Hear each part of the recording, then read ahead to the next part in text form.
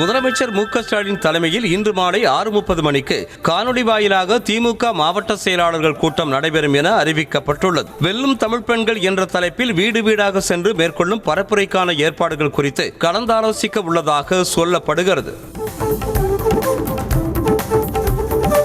தமிழ்நாடு மற்றும் புதுச்சேரி சட்டசபை தேர்தலில் திமுக வேட்பாளராக போட்டியிட இன்று முதல் விருப்ப மனு வழங்கப்படுகிறது. 1000 ரூபாய் வீதம் செலுத்தி விண்ணப்ப படிவங்களை பெற திமுக தலைமையான அண்ணா அறிவாலயத்தில் ஏற்பாடு செய்யப்பட்டிருக்கிறது. யாரும் எதிர்பாராத விதமாக சட்டமன்ற தேர்தலில் திமுகவுடன் தேமுதிக கூட்டணி அமைத்துள்ளது. சென்னை அண்ணா அறிவாலயத்தில் முதலமைச்சர் மு.க.ஸ்டாலினை சந்தித்த தேமுதிக பொதுச் செயலாளர் பிரேமலதா விஜயகாந்த் சட்டமன்ற தேர்தலுக்கான கூட்டணியை உறுதி செய்தார். தேமுதிக மாவட்ட செயலாளர்களின் விருப்பத்திற்கு ஏற்பவே திமுகவுடன் கூட்டணி அமைத்ததாக பொதுச் செயலாளர் பிரேமலதா விஜயகாந்த் விளக்கம் அளித்தார். சென்னை அண்ணா அறிவாலயத்தில் செய்தியாளர்களை சந்தித்த அவர் 2016ஆம் ஆண்டில் கலைஞரும் கேப்டனும் இருந்தபோதே அமைய வேண்டிய கூட்டணி 10 ஆண்டுகள் கழித்து முதல் முறையாக தற்போது நடந்திருப்பதாக கூறினார். திமுக கூட்டணியில் இணைந்த தேமுதிகவுக்கு 6 தொகுதிகள் ஒதுக்கப்படும் என அண்ணா அறிவாலய வட்டாரங்களில் பேசப்படுகிறது. அதேபோல பிரேமலதாவின் நீண்ட நாள் ஆசையான ஒரு ராஜ்யசபா சீட்டும் கிடைக்க வாய்ப்பு உள்ளதாக கூறப்படுகிறது. அதனால்தான் ராஜ்யசபா தேர்தல் அறிவித்த மறுநாளே தேமுதிக கூட்டணியை உறுதி செய்ததாக சொல்லப்படுகிறது. அன்பு நண்பர் கேப்டன் விஜயகாந்த் உருவாக்கிய தேமுதிக இன்று திமுக கூட்டணியில் இணைந்திருப்பதால் பெருமகிழ்ச்சி அடைந்துள்ளதாக முதலமைச்சர் மு.க.ஸ்டாலின் தெரிவித்துள்ளார். அவர் வெளியிட்டுள்ள எக்ஸ் தள பதிவில் கருப்பு சிவப்பை கொடியில் தாங்கியிருக்கும் தங்களது நல்வரவு நல்லுறவு தொடர்ந்து தமிழ்நாட்டின் உயர்வுக்கு பங்களிக்கட்டும் என வாழ்த்தியுள்ளார். வரும் 8ஆம் தேதி நடைபெறும் திருச்சி மாநாட்டில் கூட்டணி கட்சி தலைவர்களை மேடையேற்ற திமுக தலைமை திட்டமிட்டுள்ளதாக தகவல் வெளியாகியுள்ளது. குறிப்பாக முதலமைச்சர் மு.க.ஸ்டாலின் மற்றும் ராகுல் காந்தியை ஒரே மேடையில் ஏற்றி உரையாற்ற வைக்க முடிவு செய்துள்ளதாக சொல்லப்படுகிறது. திமுக கூட்டணியில் தொகுதி பங்கீடு பேச்சுவார்த்தையை 15 நாட்களுக்குள் முடிக்க வேண்டும் என முதலமைச்சர் மு.க.ஸ்டாலின் அறிவுறுத்தியுள்ளார். வரும் சட்டமன்ற தேர்தலில் அதிக தொகுதிகளை கேட்டுப்பெற கூட்டணி கட்சிகள் முடிவு செய்திருப்பதாக சொல்லப்பட்டு வரும் நிலையில் வரும் 22ஆம் தேதி முதல் தொகுதி பங்கீடு பேச்சுவார்த்தை தொடங்குகிறது. மதசார்பற்ற முற்போக்கு கூட்டணியில் தேமுதிக இணைந்தது கூடுதல் பலத்தை அளிக்கும் என துணை முதலமைச்சர் உதயநிதி ஸ்டாலின் நம்பிக்கை தெரிவித்திருக்கிறார். சென்னை வள்ளுவர் கோட்டத்தில் நடைபெற்ற நிகழ்ச்சியில் கலந்து கொண்ட பின்னர் செய்தியாளர்களிடம் பேசிய அவர் தேமுதிகவின் வருகை கண்டிப்பாக தேசிய ஜனநாயக கூட்டணிக்கு பலவீனமாகத்தான் அமையும் என்றார். கூட்டணி முடிவு என்பது அந்தந்த கட்சிகளின் விருப்பம் என அதிமுக பொதுச் செயலாளர் எடப்பாடி பழனிசாமி கருத்து தெரிவித்துள்ளார். சட்டமன்ற தேர்தலில் திடீர் திருப்பமாக திமுக கூட்டணியுடன் தேமுதிக இணைந்த நிலையில் அது தொடர்பாக செய்தியாளர்கள் எழுப்பிய கேள்விக்கு இபிஎஸ் இவ்வாறு பதிலளித்தார். திமுக கூட்டணியில் தேமுதிக இணைந்ததும் எடப்பாடி பழனிசாமிக்கு உச்சந்தலையில் இடி விழுந்ததை போல் இருந்திருக்கும் என விசிக தலைவர் திருமாவளவன் விமர்சித்திருக்கிறார். விழுப்புரம் மாவட்டம் செஞ்சியில் நடைபெற்ற நிகழ்ச்சியில் பேசிய அவர் ஆட்சியில் பங்கு தருகிறோம் என விசிலடித்துக் கொண்டே கூப்பிட்டார்கள். ஆனால் யாரும் அவருடன் செல்ல விரும்பவில்லை என தவேகாவை சீண்டினார்.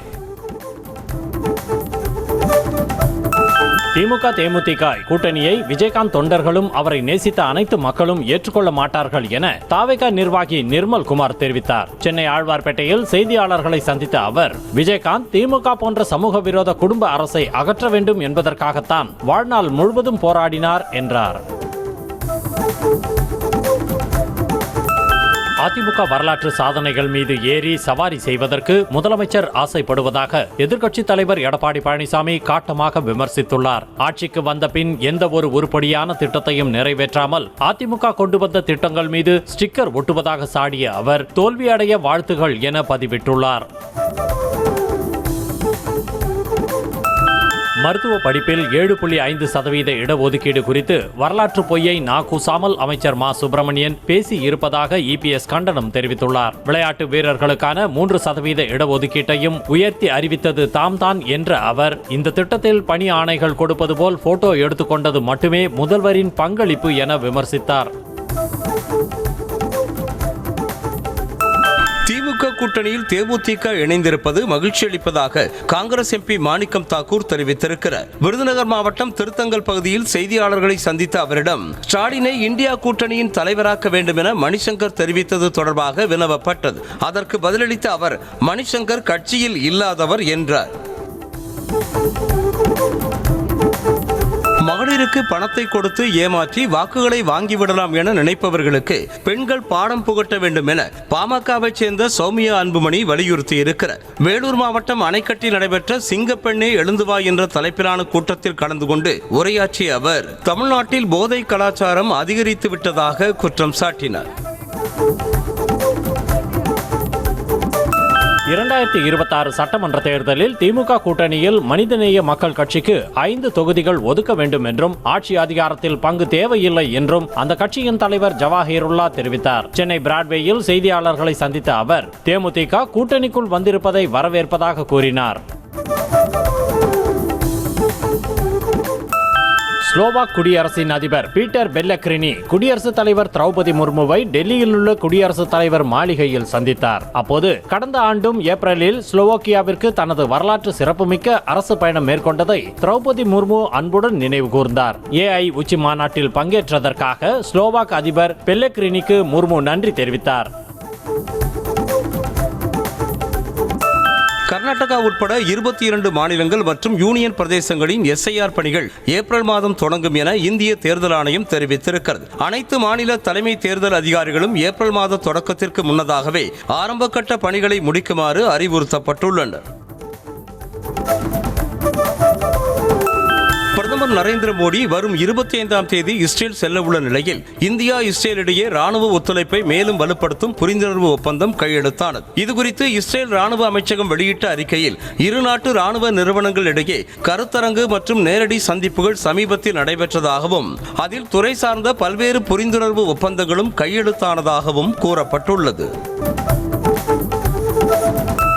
மனைவியின் நடத்தையில் சந்தேகம் கொண்ட கணவரை தற்கொலைக்கு தூண்டிய குற்றவாளியாக கருத முடியாது என உத்தரகாண்ட் உயர்நீதிமன்றம் தீர்ப்பளித்திருக்கிறது. மனைவியின் நடத்தையில் சந்தேகம் கொண்டது ஒரு குடும்ப பிரச்சனையாக இருக்கலாமே தவிர அது தற்கொலைக்கு தூண்டிய குற்றமாகாது என கூறி கணவருக்கு கீழமை நீதிமன்றம் விதித்த தண்டனையை ரத்து செய்து உத்தரகாண்ட் உயர்நீதிமன்றம் உத்தரவிட்டிருக்கிறது.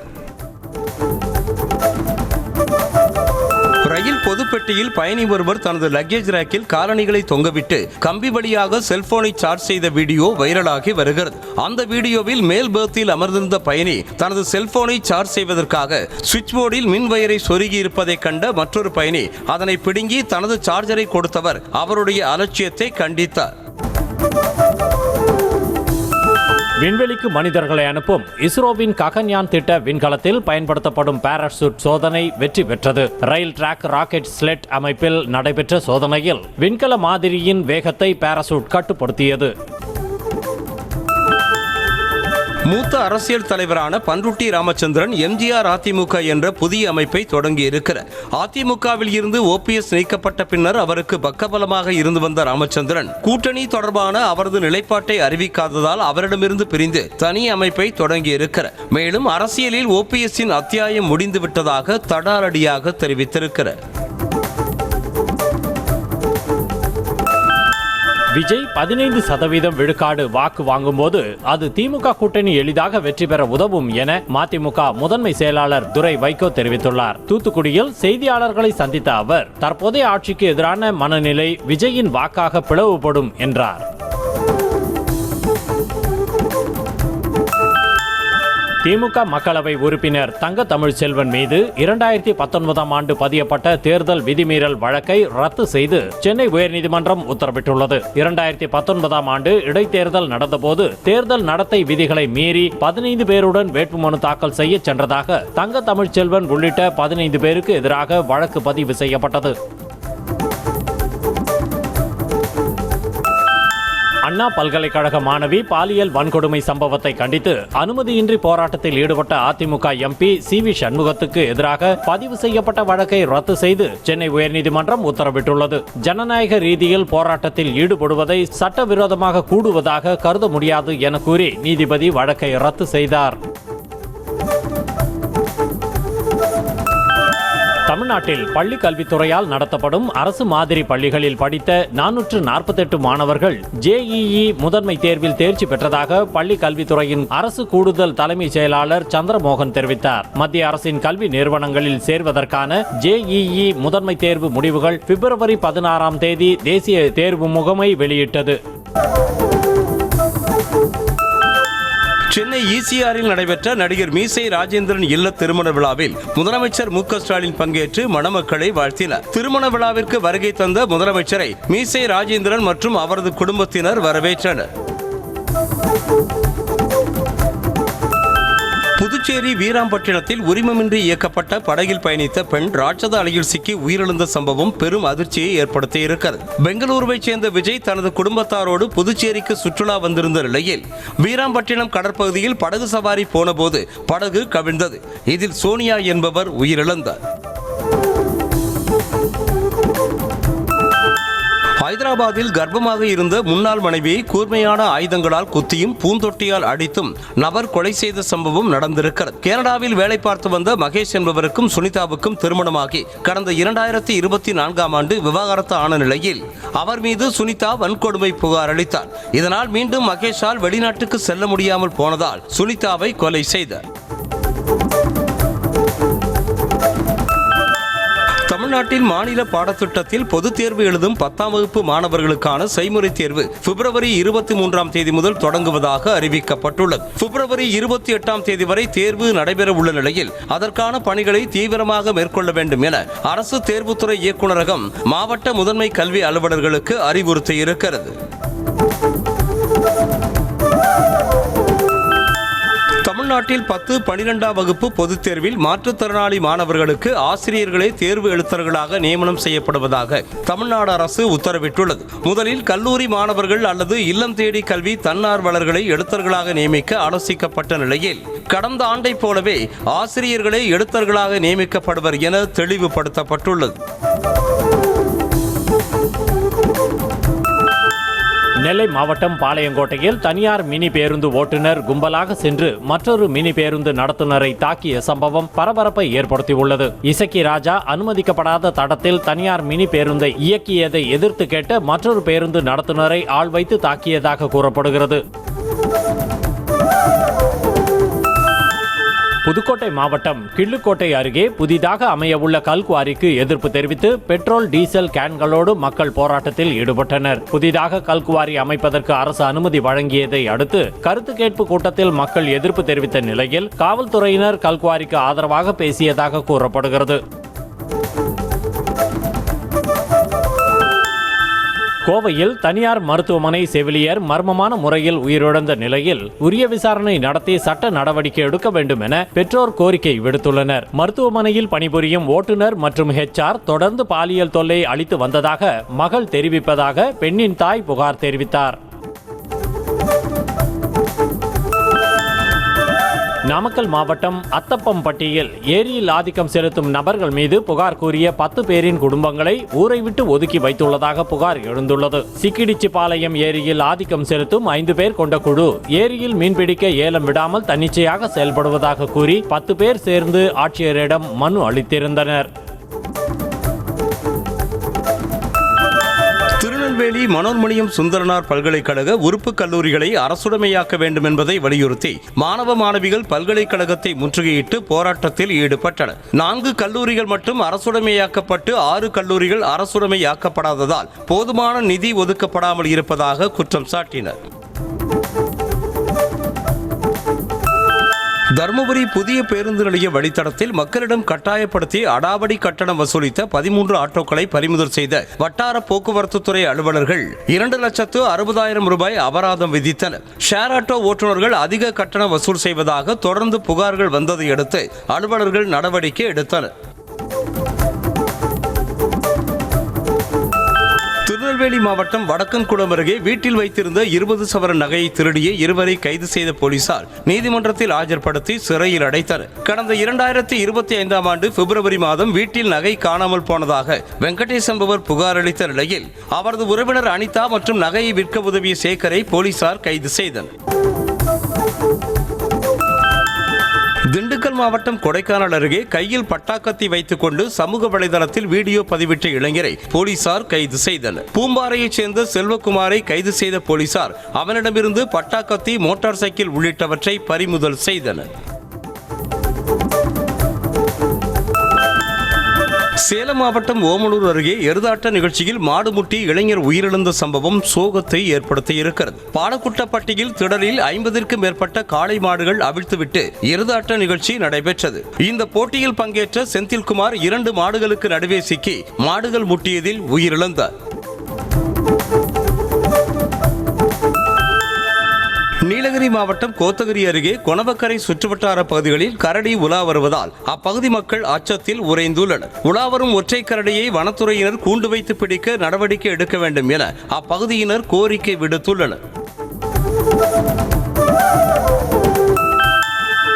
தூத்துக்குடி மாவட்டம் ஸ்ரீவைகுண்டம் அருகே மேம்பாலம் பழுதடைந்திருப்பதாக புகார் எழுந்திருக்கிறது. பாலம் சேதமடைந்து இரும்பு கம்பிகள் வெளியே நிற்பதால் வாகன ஓட்டிகள் அச்சத்துடன் வாகனங்களை ஓட்டுவதாகவும், எனவே அசம்பாவிதங்கள் நடைபெறும் முன்பாக பாலத்தை சீரமைக்க நடவடிக்கை எடுக்க வேண்டும் என மக்கள் கோரிக்கை விடுத்துள்ளனர். காஞ்சிபுரம் மாவட்டம் ஒரகடம் அருகே தனியார் வங்கியின் ஏடிஎம் இயந்திரத்தை மண்வெட்டியால் உடைத்து பணத்தை கொள்ளையடிக்க முயற்சித்த மர்ம நபர்கள் குறித்து போலீசார் விசாரணை மேற்கொண்டு வருகின்றனர். இயந்திரத்தை உடைத்தபோது எச்சரிக்கை அலாரம் அடித்ததால் மர்ம நபர்கள் ஆயுதங்களை வீசிவிட்டு சென்றுள்ளனர். தமிழ்நாடு கேரள எல்லை அருகே பாரசாலை பகுதியில் சூறாவளி உருவான வீடியோ வெளியாக இருக்கிறது. சூறாவளி காற்றில் தரைமட்டத்தில் இருந்து விண்ணை முட்டும் அளவு மண்ணை சுருட்டி நகர்ந்த வீடியோ காட்சி வெளியாகி வைரலாகி வருகிறது. திருப்பத்தூர் மாவட்டம் வாணியம்பாடியில் நகை வியாபாரியை மிரட்டி 1 கோடி ரூபாய் மதிப்புடைய வெள்ளிப் பொருட்களை கொள்ளையடித்த 4 பேரை போலீசார் கைது செய்தனர். நகை வியாபாரியான தீபக் 100 கிலோவிற்கும் அதிகமான வெள்ளி நகைகளை விற்பனைக்காக கொண்டு வந்த நிலையில் அங்கு வந்த 6 பேர் கொண்ட மர்ம கும்பல் அட்டை கத்தியை வைத்து மிரட்டி வெள்ளியை பறித்து சென்றனர். கள்ளக்குறிச்சி மாவட்டம் திருக்கோவிலூர் தனியார் திருமண மண்டபத்தில் தமிழ்நாடு விவசாயிகள் சங்கத்தின் சார்பில் தமிழ்நாடு மாநில நிர்வாக குழு மற்றும் மாநில குழு கூட்டம் நடைபெற்றது. இதில் கலந்து கொண்ட பின்னர் செய்தியாளர்களை சந்தித்த அகில இந்திய விவசாயிகள் சங்கத்தின் தலைவர் ராஜன் கிஷி சாகர் இந்தியா அமெரிக்கா இடையிலான வர்த்தக ஒப்பந்தத்திற்கு கண்டனம் தெரிவித்தார்.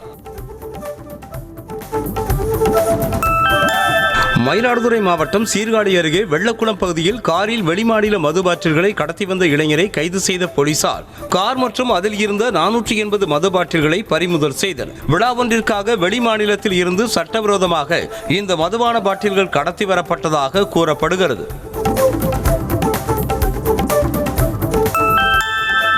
கன்னியாகுமரி மாவட்டம் குளச்சல் பகுதியில் புதர்மண்டி காணப்படும் வெள்ளியாக்குளம் தூர்வாரப்படாததால் நீர் ஆதாரம் பாதிக்கப்படுவதாக குற்றச்சாட்டு எழுந்திருக்கிறது. அம்ருத் திட்டத்தில் 53 லட்சம் ரூபாய் செலவில் நடைபெற்று வந்த தூர்வாரும் பணியும் பாதியிலேயே நிறுத்தப்பட்டதால் புதர்மண்டி காணப்படும் வெள்ளியாக்குளத்தை உடனடியாக தூர்வார அரசு நடவடிக்கை எடுக்க வேண்டும் என கோரிக்கை எழுந்திருக்கிறது.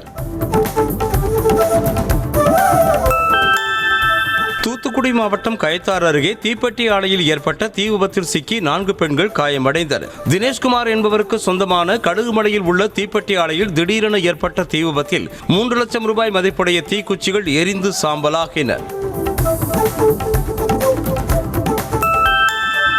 கள்ளக்குறிச்சி மாவட்டம் உளுந்தூர்பேட்டை அருகே பூட்டியிருந்த ரயில்வே கேட்டை மோதி சேதப்படுத்திவிட்டு சென்ற காரால் ரயில் சேவை 45 நிமிடங்களுக்கு பாதிக்கப்பட்டது. பரிக்கல் ரயில்வே கேட் சேதமடைந்த நிலையில் நாகர்கோவிலில் இருந்து சென்னைக்கு வந்த வந்தே பாரத் ரயிலும் சென்னையில் இருந்து ராமேஸ்வரம் சென்ற ரயிலும் தாமதமாக இயக்கப்பட்டன. கடலூர் மாவட்டம் தாளம்பட்டு பகுதியில் உள்ள அரசு நேரடி நெல் கொள்முதல் மையத்தில் சாக்கு பற்றாக்குறையால் விவசாயிகள் கொண்டு வந்த நெல் கடந்த 10 நாட்களை கடந்தும் கொள்முதல் செய்யாமல் கிடப்பில் போடப்பட்டதால் விவசாயிகள் வேதனை அடைந்துள்ளனர். எனவே தமிழ்நாடு அரசு நெல்லை உடனடியாக கொள்முதல் செய்ய வேண்டும் என்று விவசாயிகள் கோரிக்கை விடுத்துள்ளனர். தகுதிச்சான்று புதுப்பிக்கப்படுவதற்கான கட்டண உயர்வை 3 மாதங்கள் நிறுத்தி வைக்கப்படுவதாக அறிவித்த தமிழ்நாடு அரசுக்கு லாரி உரிமையாளர்கள் நன்றி தெரிவித்துள்ளனர். எஃப்சி கட்டணம் உயர்த்தப்பட்டதால் லாரி உரிமையாளர்கள் வேலைநிறுத்த போராட்டத்தில் ஈடுபட்டிருந்தனர். இதனால் நேரடி நெல் கொள்முதல் நிலையங்கள் இயங்குவதில் சிக்கல் ஏற்பட்டு நெல் மூட்டைகள் தேக்கமடைந்தன.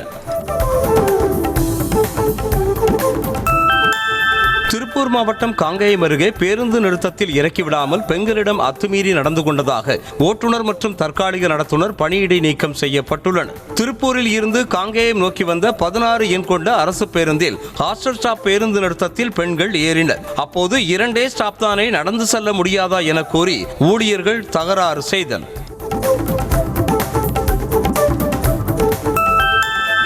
ராமநாதபுரம் மாவட்டம் களக்குடி அரசு நேரடி கொள்முதல் நிலையத்தில் நெல் மூட்டைக்கு 55 ரூபாய் கமிஷன் வாங்குவதாக வந்த குற்றச்சாட்டை அடுத்து களத்துக்கு சென்ற நியூஸ் தமிழ் செய்தியாளரை ஊழியர்கள் மிரட்டும் துணியில் பேசி தாக்க முற்பட்டனர்.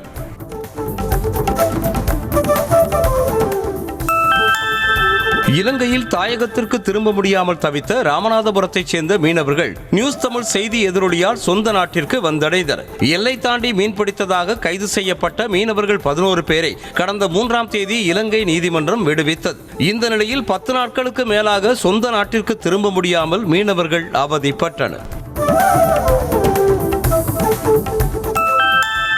தூத்துக்குடி மாவட்டம் கயத்தாரில் வீட்டில் தனியாக இருந்த பெண்ணை கத்தியால் குத்தி கொலை முயற்சியில் ஈடுபட்ட நபர் பயத்தில் பூச்சி மருந்து குடித்து தற்கொலை செய்து கொண்டார். கலைவாணர் தெருவைச் சேர்ந்த இசைக்கியம்மாள் வீட்டில் மாவு அரைத்துக் கொண்டிருந்த போது உள்ளே கத்தியோடு நுழைந்த பக்கத்து வீட்டைச் சேர்ந்த மகாராஜன் என்பவர் இசைக்கியம்மாளை சரமாரியாக குத்திவிட்டு சென்றதாக தெரிகிறது.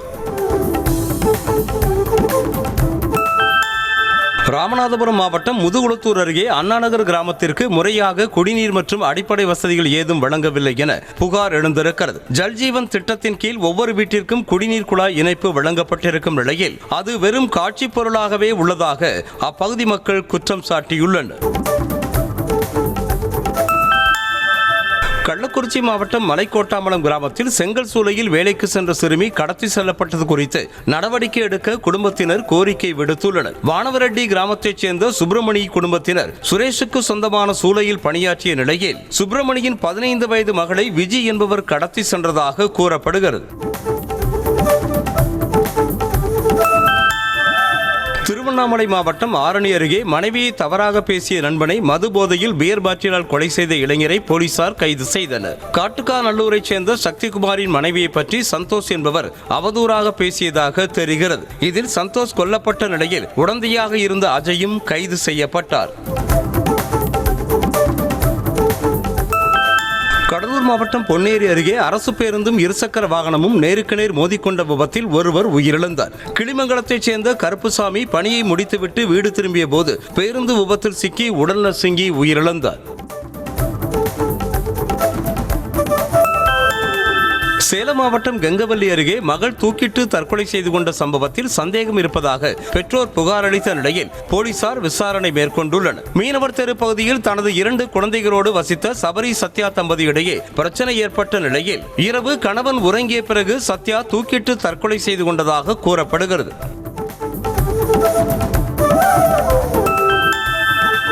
தருமபுரி மாவட்டம் அரூரில் விசிக தலைவர் திருமாவளவன் குறித்து அவதூறாக பேசி வன்முறையில் ஈடுபட்ட சம்பவத்தில் பாஜக மாவட்ட தலைவர் உட்பட 50 பேர் மீது போலீசார் வழக்கு பதிவு செய்தனர். அரூரில் பாஜக பட்டியல் அணி சார்பில் நடைபெற்ற கண்டன ஆர்ப்பாட்டத்தில் பேசிய பாஜக மாவட்ட தலைவர் சரவணன் விசிக தலைவர் திருமாவளவனை அவதூறாக பேசினார். இதனால் விசிக பாஜகவினர் இடையே மோதல் ஏற்பட்டது. தருமபுரி மாவட்டம் அன்னசாகரம் பகுதியில் தார் சாலை போடாமல் கிராவல் மண் மீது சிமெண்ட் சாலை அமைத்ததால் தடுத்து நிறுத்திய பொதுமக்கள் தரமான சாலை அமைத்து தர வேண்டும் என கோரிக்கை விடுத்தனர். காரைக்கால் மாவட்டம் திருநள்ளாறு புறவழி சாலையில் சென்று கொண்டிருந்த இருசக்கர வாகனம் திடீரென தீப்பற்றி எரிந்து சேதமானது. ஜகபர் சாதிக் என்பவர் திருநள்ளாறு வடக்கு உள்வட்ட புறவழி சாலை வழியாக சென்றபோது இருசக்கர வாகனத்தில் சிறிய தீப்பொறி கிளம்பி புகை மூட்டம் வந்திருக்கிறது. இதனை பார்த்த அவர் வாகனத்தில் இருந்து இறங்கினார்.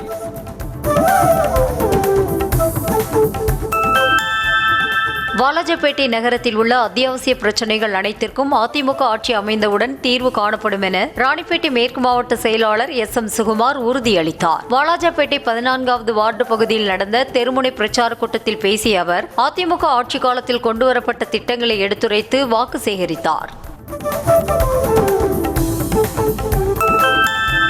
ஐநா சபையை வலுப்படுத்த முடிவு செய்திருப்பதாக அமெரிக்க அதிபர் டொனால்ட் ட்ரம்ப் தெரிவித்திருக்கிறார். ஐநா சபையுடன் நெருங்கி பணியாற்றப் போவதாக தெரிவித்த ட்ரம்ப் தான் இதுவரை 8 போர்களில் ஒன்றை பற்றி கூட அவர்களிடம் பேசியதில்லை என்றும், ஆனால் எல்லாவற்றை பற்றியும் தாம் அவர்களிடம் பேசியாக வேண்டும் என கூறினார். ஐநாவுக்கு பணம் சார்ந்த உதவி தேவையாக உள்ளதால் அவர்களுக்கு தாம் உதவ வேண்டும் என ட்ரம்ப் தெரிவித்திருக்கிறார். ஈரான் அணு ஆயுதங்கள் வைத்திருப்பதை ஒருபோதும் அனுமதிக்க முடியாது என தெரிவித்த அமெரிக்க அதிபர் டொனால்ட் ட்ரம்ப் பிடிவாதத்தை கைவிட்டுவிட்டு ஒப்பந்தத்திற்கு உடன்படவில்லை என்றால் மிக மிக மோசமான விளைவுகளை சந்திக்கும் என பகிரங்கமாக எச்சரித்திருக்கிறார். மேலும் இந்த விவகாரத்தில் என்ன நடக்கும் என்பது குறித்த தெளிவான முடிவு இன்னும் 10 நாட்களுக்குள் தெரிய வரும் என்றும் ட்ரம்ப் திட்டவட்டமாக கூறியிருக்கிறார். ஈரான் மீது அமெரிக்கா எந்த நேரத்திலும் தாக்குதல் நடத்தலாம் என்ற அச்சம் நிலவும் சூழலில் ஓமன் வளைகுடாவில் ரஷ்யாவுடன் கடற்படை பயிற்சியை ஈரான் நடத்தியிருக்கிறது. அரபிக்கடலில் போர் கப்பல்களை நிறுத்தியுள்ள அமெரிக்கா அதிநவீன போர் விமானங்களையும் மத்திய கிழக்கு நாடுகளுக்கு அனுப்பியதால் போர் ஏற்படுமோ என்ற பதற்றம் அதிகரித்திருக்கிறது. ராணுவ சட்டத்தை அமல்படுத்த முயன்ற குற்றத்திற்காக தென்கொரிய முன்னாள் அதிபர் யூன் சுக் இயோலுக்கு ஆயுள் தண்டனை விதிக்கப்பட்டுள்ளது. கடந்த 2024 டிசம்பரில் அப்போதைய அதிபர் யூன் சுக் இயோல் எதிர்க்கட்சிகள் நாட்டை முடக்குவதாக கூறி திடீரென நள்ளிரவில் ராணுவ சட்டத்தை அமல்படுத்தினார். இந்த சம்பவத்தை தொடர்ந்து 2024 டிசம்பர் 14 யூன் சுக் இயோல் பதவி நீக்கம் செய்யப்பட்டார். இங்கிலாந்து மன்னர் சார்லஸின் இளைய சகோதரர் ஆண்ட்ரூ மவுண்ட்பேட்டன் வின்சர் அதிரடியாக கைது செய்யப்பட்டார். ராணி 2ஆம் எலிசபெத்தின் 2வது மகனான ஆண்ட்ரூ மவுண்ட்பேட்டன் வின்சர் பாலியல் குற்றவாளி ஜெஃப்ரி எப்ஸ்டீனுக்கு ரகசியமாக அரசு ஆவணங்களை வழங்கியதாக எழுந்த குற்றச்சாட்டில் கைது செய்யப்பட்டிருக்கிறார். பாலியல் குற்றவாளி ஜெஃப்ரி எப்ஸ்டீன் விவகாரத்தில் ஆண்ட்ரூ மவுண்ட்பேட்டன் கைது செய்யப்பட்டிருக்கும் நிலையில் சட்டம் தன் கடமையை செய்யும் என அவரது சகோதரரும் இங்கிலாந்து மன்னருமான சார்ல்ஸ் கருத்து தெரிவித்திருக்கிறார். ஆண்ட்ரூ மவுண்ட்பேட்டன் கைது செய்யப்பட்டது கவலையளிப்பதாக தெரிவித்த மன்னர் சார்ல்ஸ் அதிகாரிகளால் நியாயமாக விசாரித்து வருவதாக கூறினார். மெக்சிகோவின் மேற்கு கடற்கரையான பசிபிக் பெருங்கடலில் 4000 கிலோ எடை கொண்ட கோக்கைனை ஏற்றி சென்ற நீர்மூழ்கி கப்பலை அந்நாட்டு கடற்படை கைப்பற்றியிருக்கிறது. கடந்த வாரத்தில் கடல்சார் நடவடிக்கைகள் மூலம் சுமார் 10,000 கிலோ வரையிலான போதைப் பொருட்கள் கைப்பற்றப்பட்டதாக மெக்சிகோவின் பாதுகாப்பு அமைச்சர் உமர் கர்சியா தெரிவித்திருக்கிறார். ஆப்கானிஸ்தானில் ஆண்கள் தங்கள் மனைவிகளை அடிக்க தலிபான் அரசு சட்டப்பூர்வமாக அனுமதி வழங்கியிருக்கிறது. ஆப்கானிஸ்தானில் 2021 ஆட்சியை கைப்பற்றிய தலிபான்கள் பெண்களுக்கு பல கட்டுப்பாடுகளை விதித்துள்ளனர். படிக்கக்கூடாது, வேலைக்கு போகக்கூடாது, தனியா வெளியே செல்லக்கூடாது என பல கட்டுப்பாடுகள் உள்ளன. ருமேனியாவில் பனிப்புயல் ஏற்படுத்திய பேரழிவால் கார் உள்ளிட்ட வாகனங்கள் ஒருபுறம் பனிக்குவியல்களுக்குள் சிக்கிக்கொள்ள மறுபுறம் மக்கள் மின்சாரமின்றி தவித்து வருகின்றனர். ருமேனியாவில் திடீரென வீசிய பனிப்புயலால் சாலைகள் முழுவதும் பனிக்கட்டிகளால் மூழ்கிய நிலையில் விமான நிலையத்தையும் பனிக்கட்டிகள் சூழ்ந்ததால் விமான போக்குவரத்தும் பாதிக்கப்பட்டது. சீனாவின் ஹூபே மாகாணத்தில் பட்டாசு விற்பனை செய்யும் கடை வெடித்து தீப்பிடித்ததில் 12 பேர் கொல்லப்பட்டனர். சீனாவில் சந்திர புத்தாண்டு கொண்டாட்டங்கள் தொடங்கியுள்ள நிலையில் சியாங்கியாங்கியில் உள்ள பட்டாசு சில்லறை விற்பனை கடையில் திடீரென பட்டாசுகள் வெடித்து சிதறியது. இதில் கடை ஊழியர்கள் மற்றும் வாடிக்கையாளர்கள் 12 பேர் உயிரிழந்தனர்.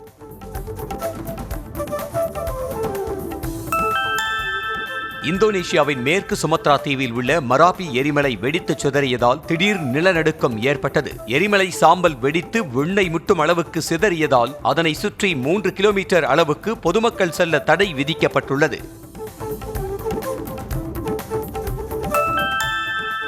கியூபாவில் எரிபொருள் தட்டுப்பாடு நாளுக்கு நாள் மோசமான நிலையை அடைந்து வருகிறது. இதனால் அந்நாட்டின் பொருளாதாரமும் பொதுமக்களின் இயல்பு வாழ்க்கையும் முடங்கியுள்ளது. அமெரிக்கா வெனிசுலாவில் மேற்கொண்ட ராணுவ நடவடிக்கை மற்றும் மெக்சிகோ மீதான வரி விதிப்பு அச்சுறுத்தல்கள் காரணமாக கியூபாவுக்கான எண்ணெய் விநியோகம் முற்றிலும் தடைபட்டுள்ளது. 45 ஆண்டுகளுக்கு பிறகு ரஜினி கமல் இணைந்து நடிக்கும் புதிய திரைப்படத்தின் அடுத்த அப்டேட் இன்று மதியம் 12:07 மணிக்கு வெளியாகும் என படக்குழு அறிவித்திருக்கிறது. ரஜினி கமல் இணைந்து நடிக்கும் படத்தின் அறிவிப்பை நேற்று ரெட் ஜெயண்ட் மூவிஸ் போஸ்டர் வெளியிட்டு அறிவித்திருக்கிறது.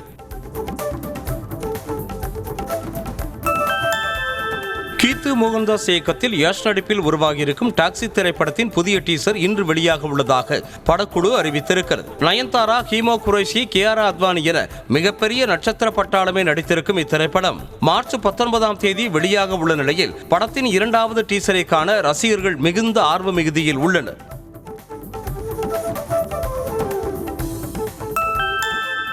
மலையாள சினிமாவின் முன்னணி நடிகரான மம்மூட்டி வாசனை சுவையறியும் திறனை இழந்ததாக உருக்கமாக தெரிவித்திருக்கிறார். கொச்சியில் நடைபெற்ற நிகழ்ச்சியில் பேசிய அவர், நீண்ட காலமாக தன்னால் எந்த வாசனையையோ எதன் சுவையையோ உணர முடியவில்லை என்றும் அந்த திறன்களை நாம் இழக்கும் போதுதான் அவற்றின் உண்மையான மதிப்பு நமக்கு தெரியும்.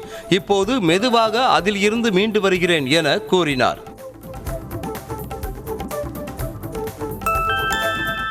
நடிகரும் நடன இயக்குனருமான பிரபுதேவா ஜாலியாக நடனமாடி வீடியோ வெளியிட்டிருக்கிறார். நடிகர்கள் பிரபுதேவா வடிவேலு கூட்டணியில் பேங் பேங் என்ற திரைப்படம் தற்போது தயாராகி வருகிறது. இந்த திரைப்படத்தை சாம் ரோட்ரிகஸ் இயக்க யுவன் சங்கர் ராஜா இசையமைக்கிறார்.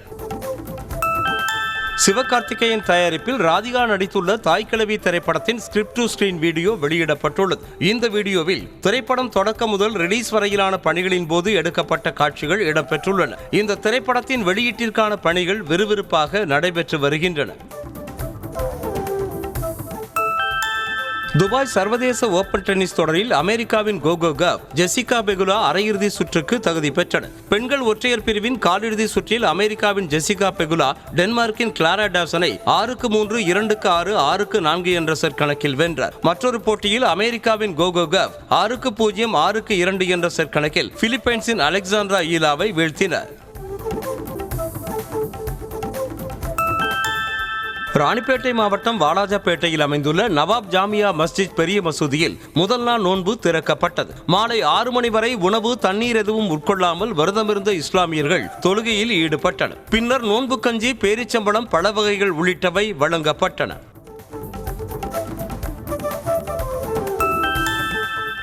ஈரோடு மாவட்டம் சந்திபாளையம் கிராமத்தில் உள்ள அங்காளம்மன் கோவிலில் 500க்கும் மேற்பட்ட ஆடுகள் பலியிடப்பட்டு விருந்து படைக்கப்பட்டது. இதற்காக அம்மனுக்கு சிறப்பு அபிஷேகம், அலங்காரம் நடைபெற்ற நிலையில் படையலுக்கு பிறகு பக்தர்களுக்கு அசைவ அன்னதானம் வழங்கப்பட்டது.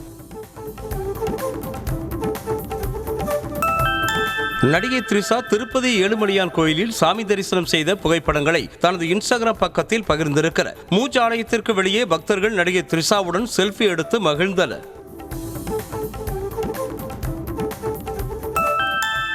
நாமக்கல் மாவட்டம் ராசிபுரத்தில் அங்காள பரமேஸ்வரி அம்மன் கோவிலில் மகா சிவராத்திரி விழாவை முன்னிட்டு மயான கொள்ளை நடைபெற்றது. விரதமிருந்து பூசாரிகள் நேர்த்தி கடனாக படைக்கப்பட்ட ஆடு, கோழிகளை உயிரோடு கடித்து ரத்தம் குடித்தனர். இதில் திரளான பக்தர்கள் கலந்து கொண்டு சாமி தரிசனம் செய்தனர். ஜாவா 42 மோட்டார் சைக்கிள் புதிதாக ஐவரி வண்ணத்தில் அட்டகாசமான லுக்கில் அறிமுகம் செய்யப்பட்டுள்ளது. பைக்கின் என்ஜின் மற்றும் திறனில் எந்த மாற்றமும் செய்யப்படவில்லை.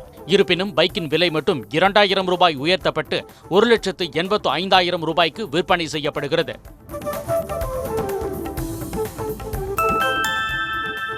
இன்ஃபினிக்ஸ் நிறுவனத்தின் note edge 5G smart phone இந்தியாவில் அறிமுகம் செய்யப்பட்டது.